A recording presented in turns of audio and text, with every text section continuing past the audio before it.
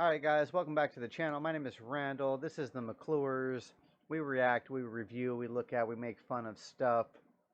We are sponsored by McClures.store. You can buy American products. You can help American families, including mine.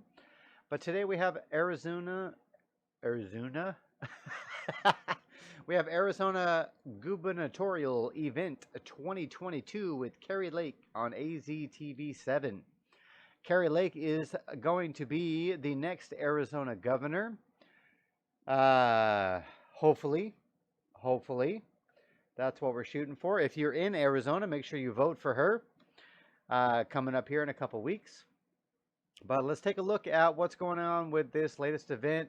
I don't know if Kari Hobbs is going to show up and she's finally going to debate Kari Lake or if she's still being a pussy. But let's find out. Answer with candidate Kari Lake, with radio talk show host and commentator Mike Broomhead.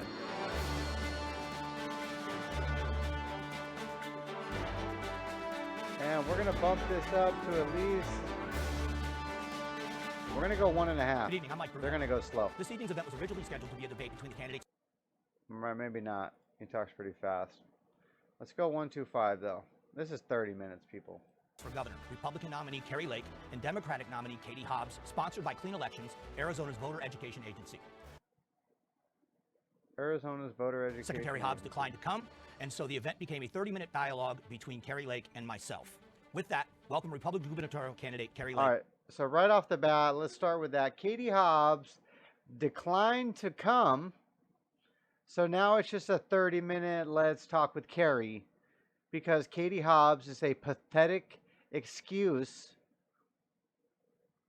for a politician or a public servant, maybe a person, but pathetic. Welcome. You have 1 minute for an opening statement. Oh my goodness. Thank you, Mike, and thank you to the Clean Elections folks. I know they had to kind of move things around as we tried to make a debate happen with myself and my opponent, but unfortunately, she was not courageous enough to show up for the debate. But I want to talk to you, Arizona. It's so good to be back in your homes.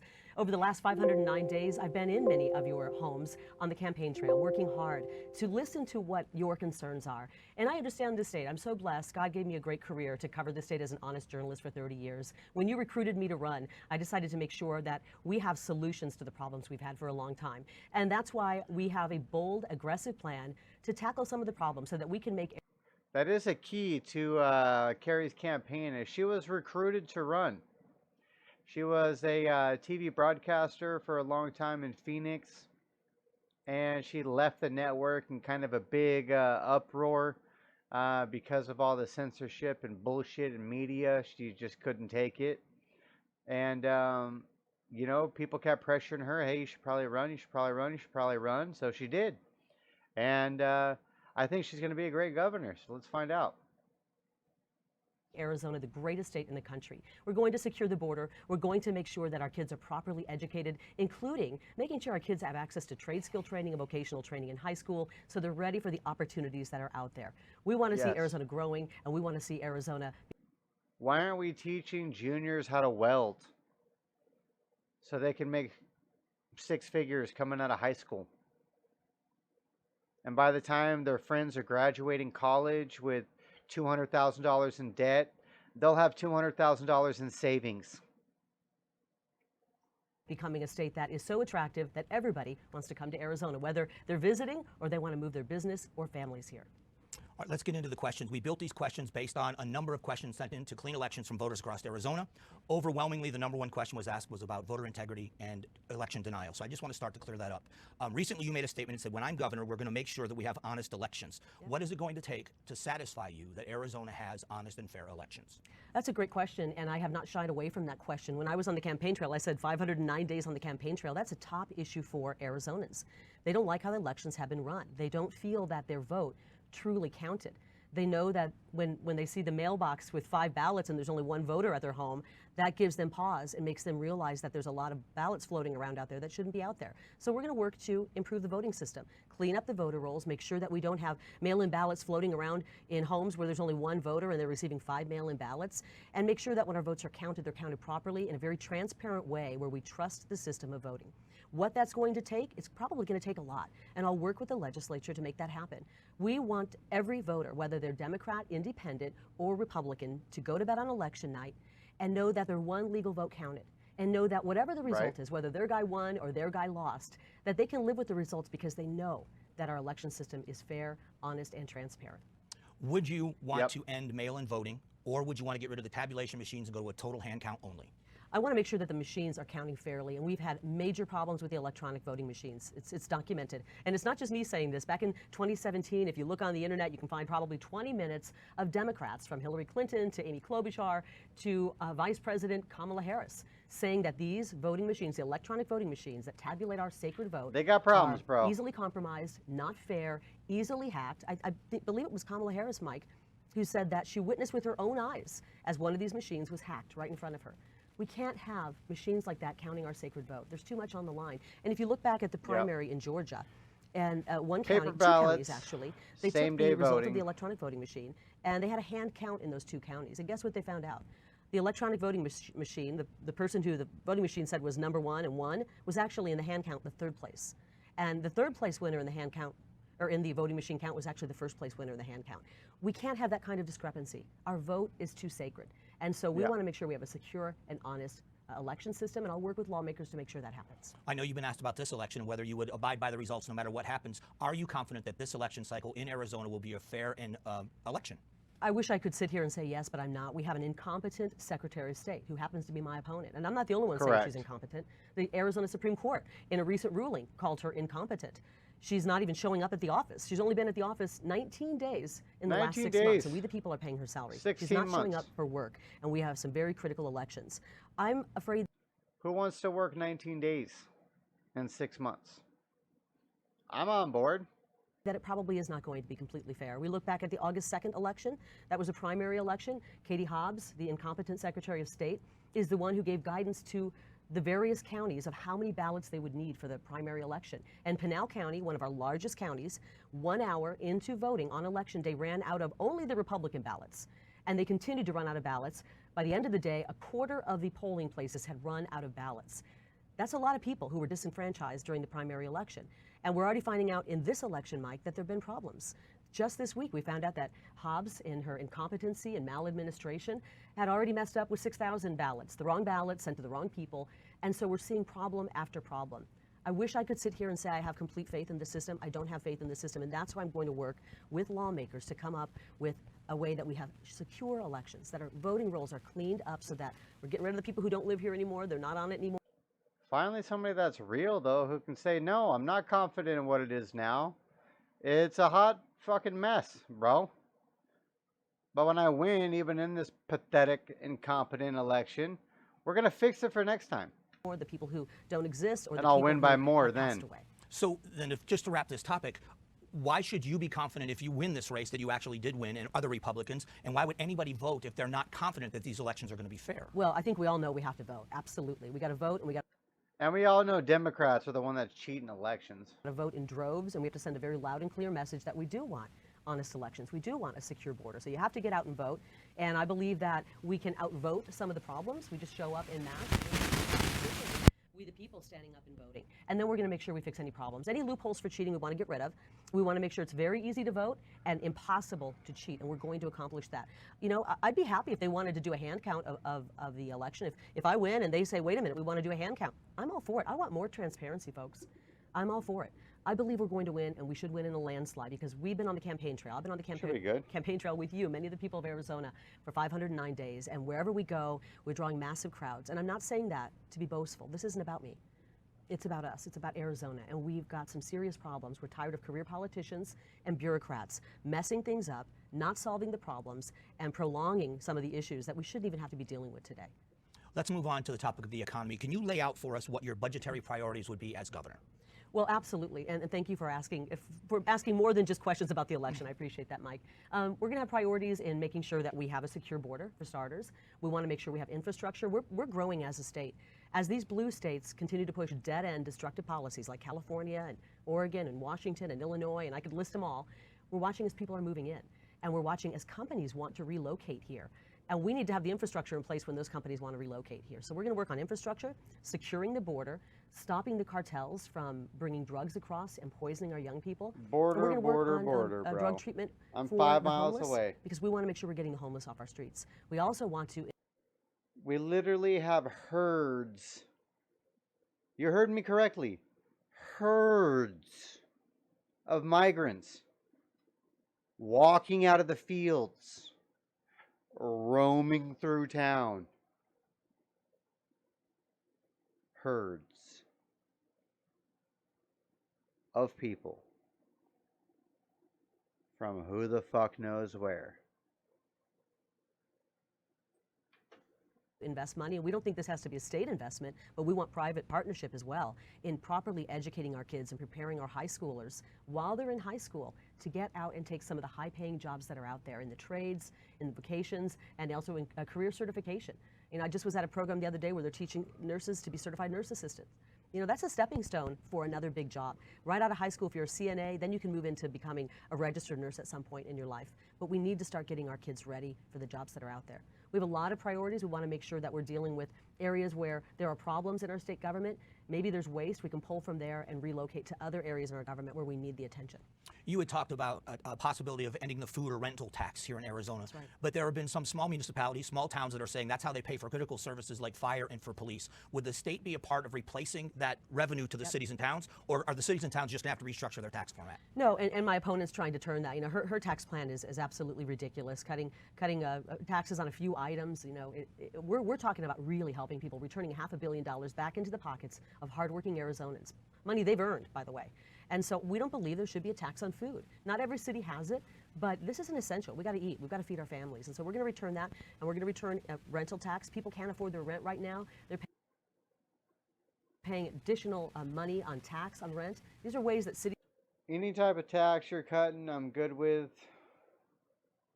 Especially a food tax, since eggs are like 12 bucks. Have come up with to tax their citizens even more, make it harder to afford living in Arizona. So we're going to return that $500 million out of the general fund. We will reimburse the cities and the counties and help them come up with a plan over the next 5 years. We'll reimburse them for that and then wean them off that tax, help them come up with a plan to deal with not having that tax income. And here's the issue right now. We've got the cities pulling this money from people, and with Joe Biden's inflation and with Joe Biden's economy, our citizens cannot afford life right now. They can't afford to fill gas in their car. They can't afford to put food on the table. They've got to have help. We will assist those cities and municipalities, get them a plan, but as Arizona continues to grow, we're going to watch the revenues grow, and they may not even need that money after 5 years' time. So let's move to another critical topic, and a big controversial one here in Arizona, and the topic of abortion. If the 15 weeks ban that was passed was rewritten so that it supersedes the territorial law where we are now, and it crosses your desk, would you sign that 15 weeks ban? I don't understand why it would need to be rewritten. Well, because now it's written so that it does not supersede the territorial law that we defaulted to. So if it is reversed, where now that is in place of the territorial law, would you sign that law? Well, we got to see where this falls. We don't know what's going to happen. It's tied up in the courts right now. It goes back and forth. I don't want to answer a bunch of hypotheticals about what kind of legislation I would or wouldn't sign, but I've never shied away from the fact that I'm pro-life. My goal is to save as many babies as possible. And you know, when Roe v. Wade passed, and then in the decades that followed, we had many people say, look, we need to have people have access to abortion, but it needs to be safe but rare. And Mike, it's become anything but rare. Depending on the stats, we've taken the lives of 63 to 70 million babies in New York City. As it stands, half of the African American, half of the black babies are aborted. More babies are aborted than that is crazy. Survive. And so it isn't rare. It's not rare anymore. And the Democrat Party has embraced anything goes abortion. You could be in labor, ready to deliver your baby that you carried for 9 months, and if you choose to have an abortion, they're okay with that. And if you don't believe me, ask my opponent. I know she didn't have the courage to be here today, but she has finally been pinned down a couple times on that because I pressured the media to ask her. That is radical. Radical to take a baby at 9 months, and she doesn't want to stop there. When she had the opportunity to sign legislation to save a baby who would survive an abortion, to give that baby life-saving treatment, a baby who survived an abortion, she voted no on that. She would rather see a baby. Do we all get that, people? She voted no. If the baby is born alive, do you save the baby? Katie Hobbs says no. Murder the baby. Essentially, if you vote Katie Hobbs, You enjoy murdering babies. Die on a cold metal tray. That is radical. And I'm tired of the people like Katie Hobbs, who is radical, trying to tell me that because I care about women and care about babies, that I'm radical. It's not true. So let me clarify with you though, because you're here, she isn't. Let's clarify, in cases of incest or rape or for the life of the mother, would you No, sign you a don't piece of murder legislation babies. that had those exclusions or exceptions in there? I believe the 15-week bill does have that. I know people trying to say hang it in there doesn't, and listen to but these at people. 15 weeks, if So I you're in keep any of those closing my eyes, but circumstances, obviously, you're going to know you're pregnant by frustrating. 4 months in, by 15 weeks in. So I believe those are in there. They like to say there's no exceptions, but with 15 weeks, there really are exceptions in there. Obviously, I want to make sure the life of the mother, absolutely. You know, I think what will happen as we see new laws taking place. Everybody keeps saying life of the mother, life of the mother, life of the... Tell me what does that mean? What medical emergency at 12 weeks does the mother need to have in order to kill the baby? I don't get it. I don't get it. And any emergency after, what, 22, 23 weeks? She could just deliver the baby. You don't have to kill it. And we're seeing babies being protected, we're going to be locking up a lot more rapists. We're going to be locking up people who are raping. And that's a good thing that could come out of this. You know, it's horrifying to think of somebody being raped, a victim of incest, the life of a mother. I want to make sure we're helping those women. The real perpetrator, the real death sentence should go to the person Nothing who wrong raped, with that. not a baby. Okay. But we're gonna make sure that we have absolute health care for. The death sentence should go to the rapist, not the baby. Did we all get it? No rapist. Or yes, rapist, no baby. Women. To call abortion health care for women, it's not health care. Let's not fool ourselves. I want to make sure we do have true health care for women. I'm from a family of 9. 8 of us are women, girls, and so I care deeply about health care for women, and the left has been trying to call abortion health. Do you think that the boy is the youngest? He literally had 8 daughters trying to get a boy? That'd be funny. Health care for women. I want true health care. And the problem is they always say pro-choice. They're pro-choice, Mike. There is no choice. When you walk into a Planned Parenthood, they give you one option, and that is to take the life of your baby. They don't say to you, is there anything we can do to help you keep this baby? What are the reasons you're choosing this abortion? How can we help? Perhaps we can find a loving family who wants to adopt the baby. They don't give you choices, and we need to make sure we're offering women true choices. But as far as legislation goes, we've got 2 laws right now. Do you favor one of those 2 over the other?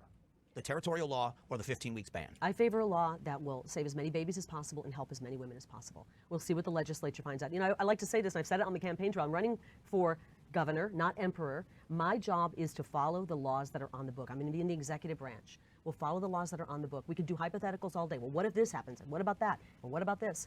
The point is we're going to follow the laws that are on the book, and we don't know at the end of the day right now where that stands. The judicial system has it right now, and we'll see what happens, and we'll go from there. Okay. Let's jump to another big issue in Arizona. Let's talk about the border. You have stated for quite a while now, day one as governor, that you would declare an invasion at the southern border. Let's start with legal authority. Do you believe you have the legal authority to do that? Absolutely. Article 1, Section 10, United States Constitution. So let's jump then to the fallout. We know that there's been history in Arizona with SB 10. Article 1, Section 10, United States Constitution grants the right to a state to declare it's being invaded, bro. I'm sorry if that was loud in your ears. We're being invaded. We have herds. Do you hear me? Herds. They're not Mexicans, bro. They are not Mexican. Do you understand? The immigrants coming from Mexico are not Mexican. 70 with boycotts in Arizona. We know the Super Bowl at one time was pulled over the Martin Luther King law. You would be inaugurated, you would be sworn in a month from the Super Bowl being here. If the NFL were to threaten, they're going to pull the Super Bowl if you do that, would it make you waver in your decision? You want to tell me? Pull the Super Bowl, you pussies. Kneeling for the flag, bitch motherfuckers. That a bunch of football teams owned by billionaires are okay with fentanyl pouring across our border at a record level, killing our young they're people. okay with it, Number bro. one killer right now is fentanyl. 18 to 45. It's killing a generation of people. If the NFL is okay with that, then they got to do some soul searching. I don't think the NFL is that stupid. I really don't. So you wouldn't be concerned We want to make about sure that? that we're stopping the cartels. Okay. No, I'm not concerned. Okay. The people of Arizona is who I work for.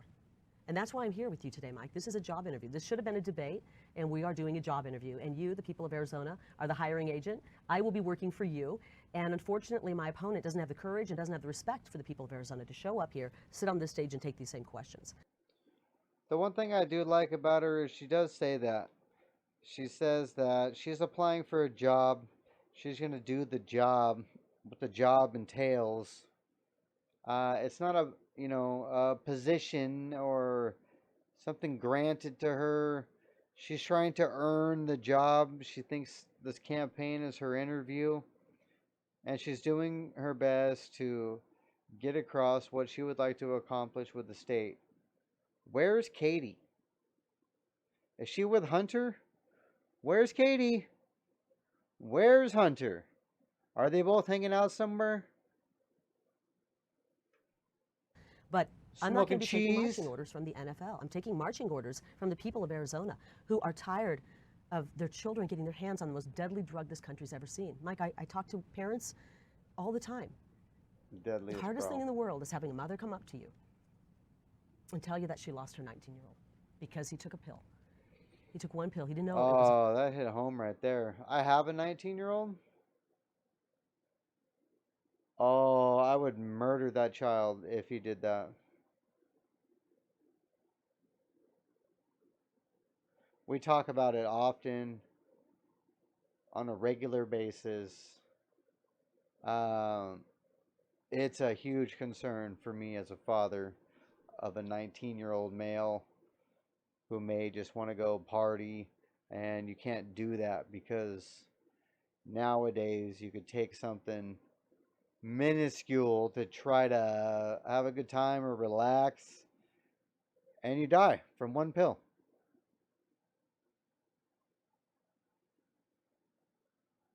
Crazy. Crazy to think about. a fentanyl pill. He didn't know it came from Mexico, from the cartels. He's gone. Think about think about out there what you have What's accomplished. crazy is Trump tried to do something about the fentanyl, so he got China to cut off the manufacturing of it. Because they used to just make it there and then ship it over. And then China got them to crack down on it. And as appeasement to Trump, Ching Chong Chong, whatever the fuck his name is, banned it, put it on their narcotics list, and they kill drug dealers over there. So they stopped making it over there.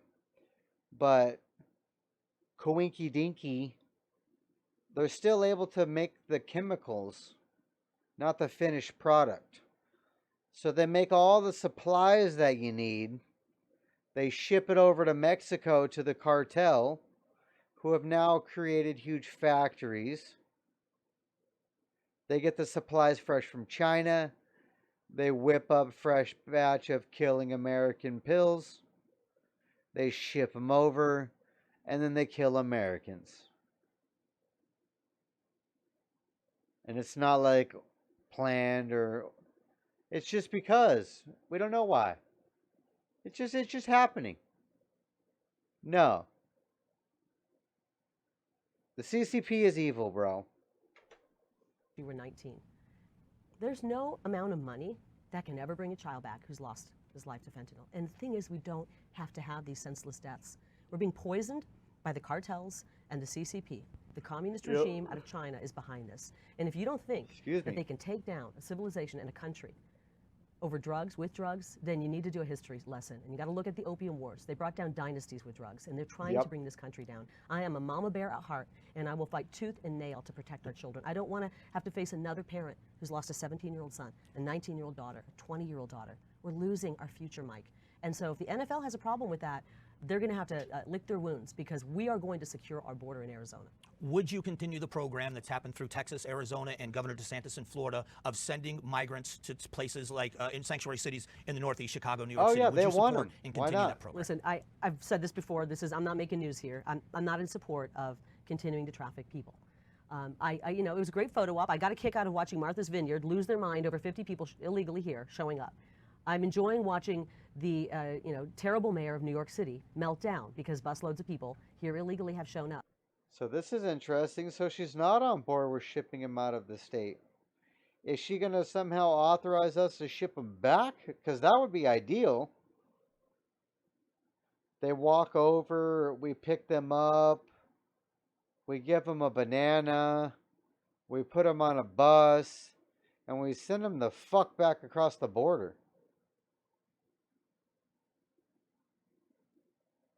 Done deal. But that doesn't solve the problem. I'd rather see people bust and sent back across the border. We cannot accept the world's poor. There we go. We've got 5 million people coming in so far with Joe Biden. I think that's a low number, by the way. I think that's a low number. We just got some new numbers Friday, and they're shocking. And 1 million of the 5 million people who've come in are what they call gotaways. And a brief you know, definition. 5 Those are people who are coming million. in and 1 million gotaways. You know what the gotaway is? That's the, oh, we're going to send you 100 women and children, so you have to go pick them all up. And then all the 20-year-old terrorists from Shikshlaka fucking Terroristan slip in fucking 2 miles down the border in fucking camo and then march through my goddamn city. don't want to be processed. The majority of people coming across want to file fraudulent asylum claims. They are coming here, they want to be processed by the federal government and the Border Patrol because they want to stay forever. And with Joe Biden, he's going to probably try to let them stay forever. But 1 million have come in, maybe more, who didn't want to be caught because their background, their record, their criminal record is so heinous, they don't want to be caught. And we can't allow people like that to come into our country. And we're not going to allow that. That's why I'm going to be tough on the border. Let me ask you one more question on this topic. Okay. Arizona Dreamers have been speaking out by the thousands now, saying that the delay by Washington, D.C. in finalizing status for the Dreamers, there is a huge population of Dreamers in Arizona. What is your stance on the Dreamers and what we should be doing as a country with the Dreamers? Well, I'm running for governor of Arizona. That's a federal issue. Right. And I'm curious to what she says on this because in my mind, fuck Dreamers. Have a dream, motherfucker. Your parents failed you. Just like a lot of parents fail us. This happens. You know what you can do? Go the fuck home. Fill out an application. I wish you the best. Hopefully you get back in. You're not American. so I don't get to decide that. But what Oh, and by the way, before you call me a racist, let's push it. I also don't believe if you're just born here, you're an American. You can't take a flight from Russia or China or wherever, hold up in a hotel or fucking Motel 6 for 3 weeks at the end of your pregnancy and then drop an American out your vagina. No. No. That doesn't work either for me. what I can do is keep people from coming across the border, and that's what I plan to do. And you're like, oh, that's harsh. Wah, wah, fucking wah. Do you know the last baby that I had born at my local hospital that's right here 5 miles from the border? Do you know how much I had to pay? Cash, because Obamacare is bullshit. $10,000. Did you hear me? I wanted to produce another tax-paying American citizen. I had to pay $10,000. Do you understand? This baby's this baby's 3. So this is 3 years ago. You know what it was the year before that? 5,000. 50% increase in 1 year. Do you want to take a guess why? Because half the beds are filled with people who aren't going to pay the bill. Because Border Patrol picks them up, drives them the fuck over to my hospital, drops them off, and they get a free baby.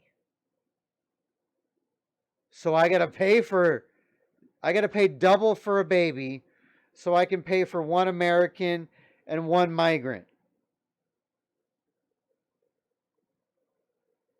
And this is okay in whose book?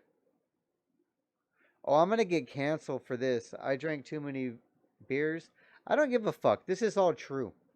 So, write it down, take a note, send me a nasty comment. If you watch 30 minutes in, you're probably a real motherfucker anyways.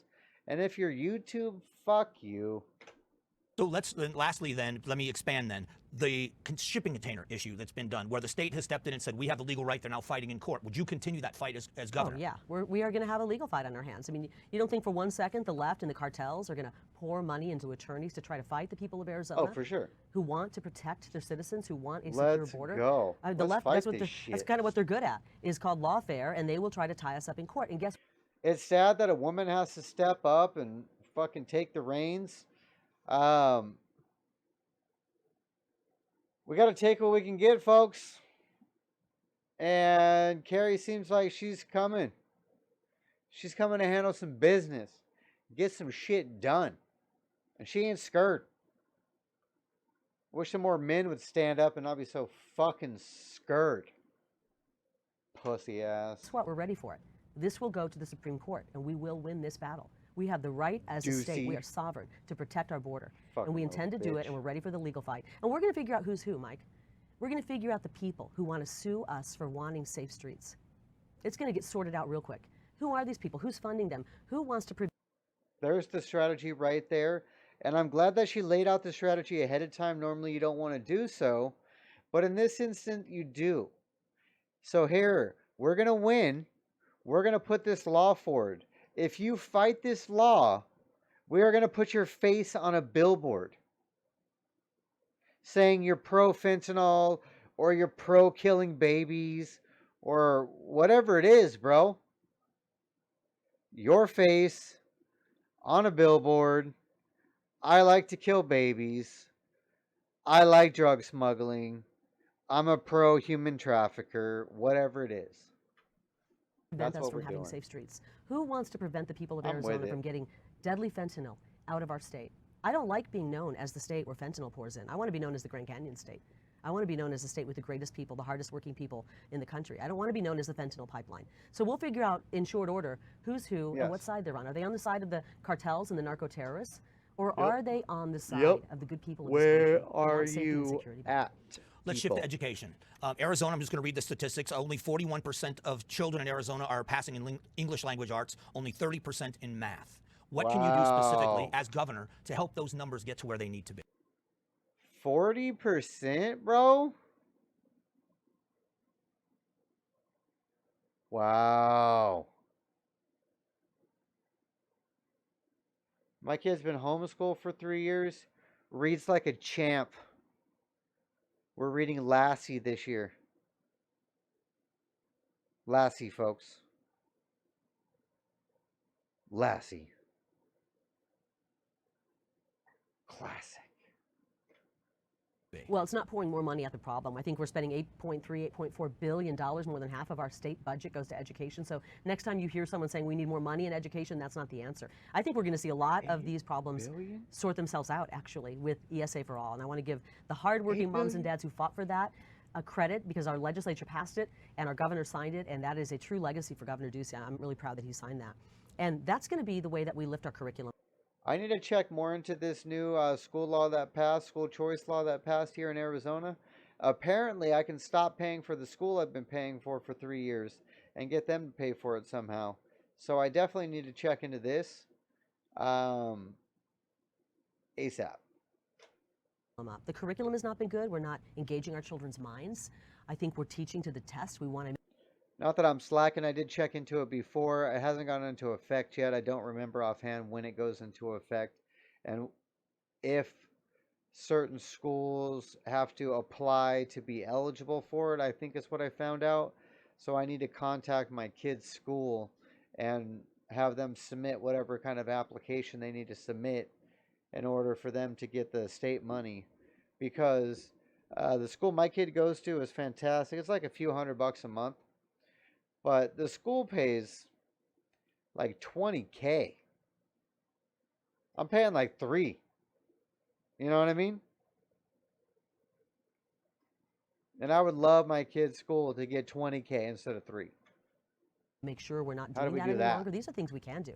There's nothing worse than when you can tell a teacher's just teaching to the test and you're actually not teaching the children. And so we're going to pull that kind of program where we're not having to teach to the test anymore. We're going to actually stimulate our children's brains. With ESA for All, when a parent can say, I don't like what they're teaching at this school, we're moving our child to this school, or we're going to homeschool them. Those schools, our government-run schools, are going to very quickly have to change course and up the curriculum and make for better educated kids. So you said that you don't think we don't need to throw money at the problem. Do you think we spend too much money on education in Arizona, or do you think we're just right with what we're spending? I think we spend too much money on things that don't make it into the classroom. When you adjust, I think teachers should have a raise. How do we keep good teachers? That's the question I always get asked. And a lot of these problems are solved with great teachers. The way we keep good teachers is we... That was fantastic as a politician right there. Because she does agree that we're spending too much on education, but it's where we're spending the money. And she really hit that note. And she also slammed home teachers need to be paid more, which is a good politician talking point. They don't actually need to be paid more. We need to fire 90% of them. And then the 10% that are actually good teachers, they should get paid a shitload. I do think teachers should get paid a lot, but only good teachers. You know what I mean? When you think about school and you're like, oh yeah, that guy, and I remember this teacher and that teacher, and those are the ones that should be getting paid 6 figures. The other ones don't deserve it. Pay them what they're worth, and right now, if you adjust teachers' inflation since 1970, adjusted teachers, I should say, salary since 1970, adjust it for inflation, and this is before Joe Biden's hyperinflation. They really haven't had a pay raise since 1970, even though they have had incremental pay increases. But the administrators have shot up. We have too many administrators, and they're making way too much money. No administrator should make more than a teacher in the classroom, except maybe the principal. We need to give our teachers a higher pay, but we also have to make sure they're teaching curriculum that makes sense. You think we're going to keep a kindergarten teacher who has to teach sex education to a 5-year-old? You could fix the education system right there. Nobody in administration or outside of a teacher can get paid more than a teacher. Done deal. There's secretaries at schools that make more than teachers. Do you understand that? Assistants at school, assistants to principals or whatever that make more than teachers do. I'm not saying teachers don't need to get their money, but we don't need to create more money to give these teachers. My opponent sponsored legislation. Katie Hobbs sponsored legislation to introduce sex ed to kindergartners, to 5-year-olds. I don't know any kindergarten teacher who wanted to become a kindergarten teacher because she wanted to talk about sex with 5-year-olds. We are pushing our teachers, our good ones. If there is a kindergarten teacher who signed up because they wanted to talk sexual education with 5-year-olds, you should be shot. Out with this nonsense curriculum where we're pushing a lot of confusion, gender confusion, anti-American history on our teachers. They don't want to teach this stuff. They want to really inspire children. So I have time for one more question. We're just out of time, and it's on this. So you believe with the current budget as it is, there's enough money to give those teachers the raises they need to keep good teachers. We don't need to increase spending in Arizona. I don't believe we do. If we're getting the money into the teachers and into the classroom, we need to get rid of some of these administrators. We have way too many of them. The bloat is there. The bloat is real. But I really want to start churning out kids who are ready for the real world. If this is the last question, I want to mention how important my dual track education plan is, which is after 10th grade, you decide if you want to go off and take that 4-year college degree path, which is great, go for it. Or if you want to get trade skill training, vocational training, and career certification in high school, we want our kids ready for that. I know you started your life with skills training as, I believe, an electrician. Yes. And that's something you can always fall back on. You can always fall back on it. You always have a job when you have those kind of training. All right, we are rapidly running out of time. You have 1 minute for a closing statement. Oh my gosh, Arizona, I've so enjoyed the last 509 days on the campaign trail. I loved covering you, Arizona, for nearly 30 years, but I've really loved campaigning across the state. And I want you to know, as your governor, I will show up for work every day.